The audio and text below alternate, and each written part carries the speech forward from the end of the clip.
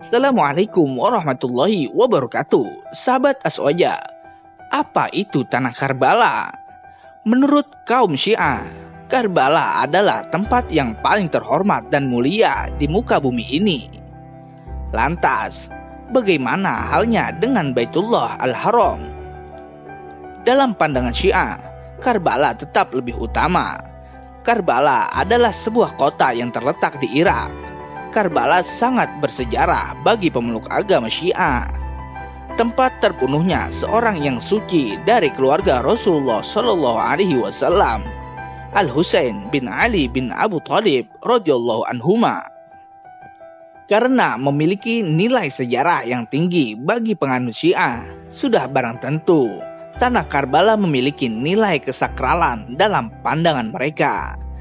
Ini salah satu kebiasaan orang Syiah di mana mereka melakukan perbuatan yang sangat aneh. Mereka dapati tanah di Tanah Karbala, lalu mereka kumpulkan dan ketika sholat, tanah tersebut dijadikan sebagai tempat sujud. Tanah tersebut disebut At-Turbah Al-Husainiyah. Dan di Tanah Karbala, kaum Syiah mengenang kematian Husain dengan melakukan perbuatan yang sangat aneh, yaitu melukai diri mereka sendiri dengan berbagai macam cara yang pastinya sahabat Aswaja sudah tahu. Hal tersebut dilakukan pada hari Asyura tepat tanggal 10 Muharram. Perbuatan yang jelas melampaui batas dalam rangka mengenang kematian Husain dengan rasa penuh kesedihan. Mengenang seperti ini jelas termasuk perbuatan yang diharamkan dan dinilai bid'ah. Lihat Majmu' Fatawa Juz 25 halaman 302 sampai dengan 307. Lalu, bagaimana hukum sujud dengan tanah dari Karbala?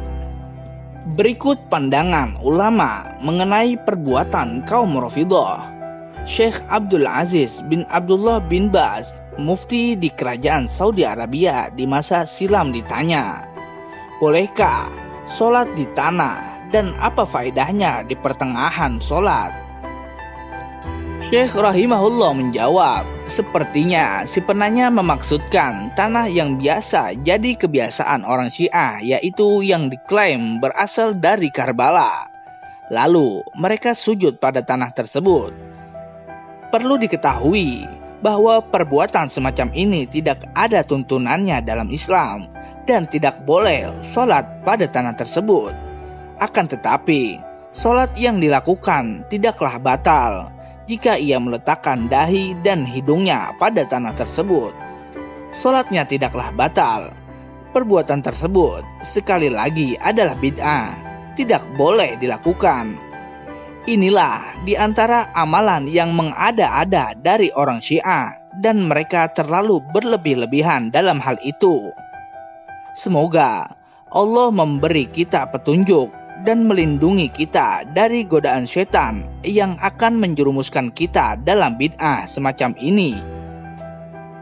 Perlu diketahui bahwa seorang mukmin tidak perlu capek-capek memindahkan tanah dari satu tempat ke tempat lain.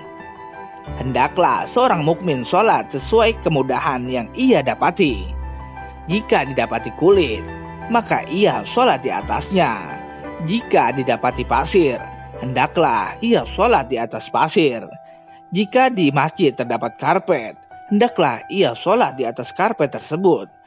Dan tidak perlu bersusah payah membawa batu, tanah, potongan kayu atau selainnya. Bersusah payah sujud di atas benda-benda tadi adalah bagian dari bid'ah yang tidak ada asal usulnya. Dan ketahuilah, Syiah jelas sangat berbahaya dari doktrin ajarannya, sehingga harus diwaspadai. Banyak tokoh-tokoh muslim khususnya di Indonesia yang terjebak oleh taqiyah mereka, sehingga ikut menjadi bagian dari kelompok Rafidhah tersebut. Namun, alhamdulillahnya di tanah air kita masih ada tokoh-tokoh yang lantang melawan Syiah, seperti Kiai Idrus Ramli dari Nahdlatul Ulama, Ustadz Firanda dari Al-Irsyad, Babe Haikal Hasan dari alumni 212, dan banyak lagi. Meskipun mereka berbeda dalam manhaj dan organisasi, namun dilihat dari cara mereka untuk menyelamatkan umat Islam dari kesesatan kelompok tersebut patut diapresiasi.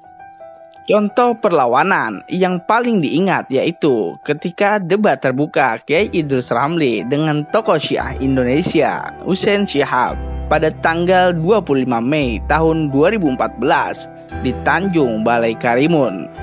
Di forum debat tersebut, Kiai Idrus berhasil mengalahkan argumentasi tokoh-tokoh Syiah tersebut. Itulah beberapa informasi tentang Syiah. Semoga kita dan umat Islam dimanapun berada dijaga dari takyah mereka. Amin, amin ya rabbal alamin. Wassalamualaikum warahmatullahi wabarakatuh.